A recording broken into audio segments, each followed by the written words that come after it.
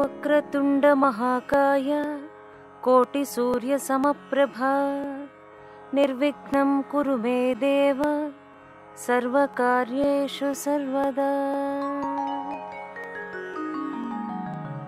ఈ దసరా 10 రోజులు కూడాను మనందరిళ్లలో చక్కగా పూజలు అవి నిర్వహించుకుని అమ్మవారికి ఒక్కొక్క రోజు ఒక్కొక్క నామంతో అష్టోత్తర శతనామావళి పూజతో మనందరం కూడా అమ్మవారిని అర్చిస్తాం.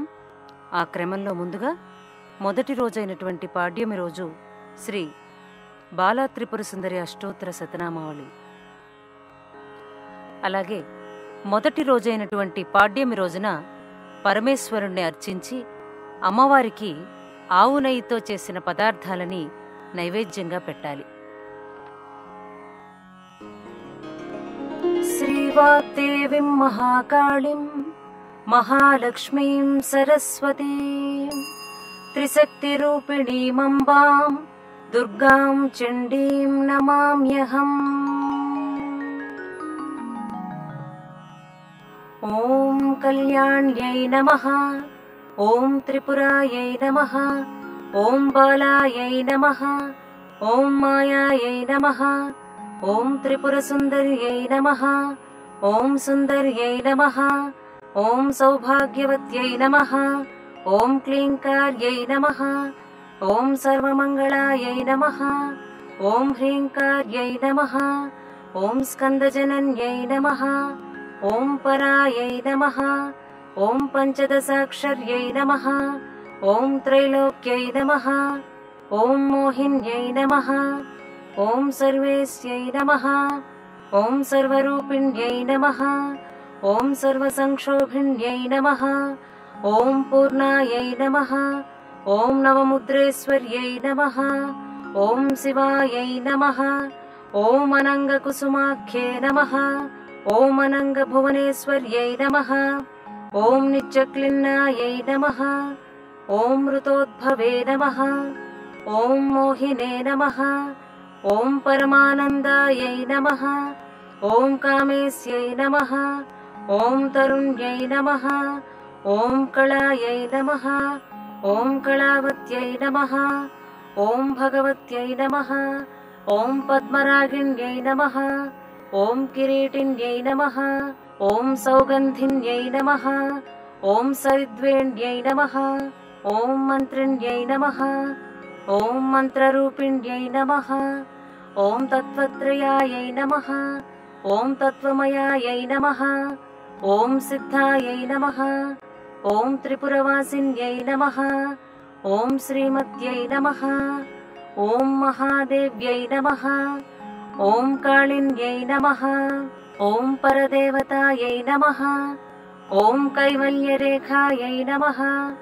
ఓం వసిన్యై నమః, ఓం సర్వేస్యై నమః, ఓం సర్వమాతృకే నమః, ఓం విష్ణుస్వరూపిణే నమః, ఓం దేవమాత్రే నమః, ఓం సర్వసంపత్ప్రదాయినే నమః, ఓం ఆధారే నమః, ఓం హితపత్నీక్యై నమః, ఓం స్వాధిష్టానచక్రాయై నమః, ఓం సమాశ్రయాయై నమః, ఓం ఆజ్ఞాయై నమః, ఓం పద్మాసనాసీనాయై నమః, ఓం విశుద్ధాయై నమః, ఓం స్థలయోగిన్యై నమః, ఓం సంస్థితాయై నమః, ఓం అష్టత్రింశత్యై నమః, ఓం కళామూర్త్యై నమః, ఓం సుషుమ్నే నమః, ఓం చారుమధ్యమే నమః, ఓం యోగీశ్వరే మునుముఖ్యధ్యాయినే నమః, ఓం పరబ్రహ్మిణే నమః, ఓం స్వస్వరూపిణే నమః, ఓం చతుర్భుజే నమః, ఓం చంద్రచూడే నమః, ఓం పురాణినే నమః, ఓం ఆగమరూపిణే నమః, ఓం ఓంకారిణే నమః, ఓం మహావిద్యే నమః, ఓం మహాప్రణవినే నమః, ఓం ప్రణవతంత్రరూపిణే నమః, ఓం భూతేశ్వర్యై నమః, ఓం భూతమయే నమః, ఓం పంచసద్వర్ణరూపిణే నమః, ఓం షోడశ్యై నమః, ఓం మహాభూత్యై నమః, ఓం కామాక్షై నమః, ఓం దళమాతృకే నమః, ఓం ఆధారశక్త్యై నమః, ॐ तरुणे नमः।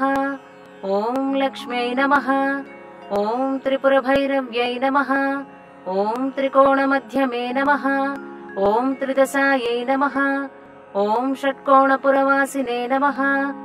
ॐ नवकोणपुरवासिने नमः। ॐ बिन्दुस्थलसंस्थिते नमः। ॐ अघोरमन्त्रितपदभामिने नमः। ॐ भावरूपिणे नमः। ॐ सङ्कर्षिणे नमः। ॐ धात्रे नमः। ॐ कात्यायिन्यै नमः। ॐ शिवान्यै सुलभे नमः। ॐ दुर्लभे नमः। ॐ महाशास्त्यै नमः। ॐ शिखण्डिन्यै नमः। ॐ शिखरिणे नमः। ॐ पदाराध्यायै नमः। ॐ श्रीपादुके नमः। ॐ श्रीचक्रसञ्चारिणे नमः। ॐ श्रीत्रिपुराम्बिके नमः।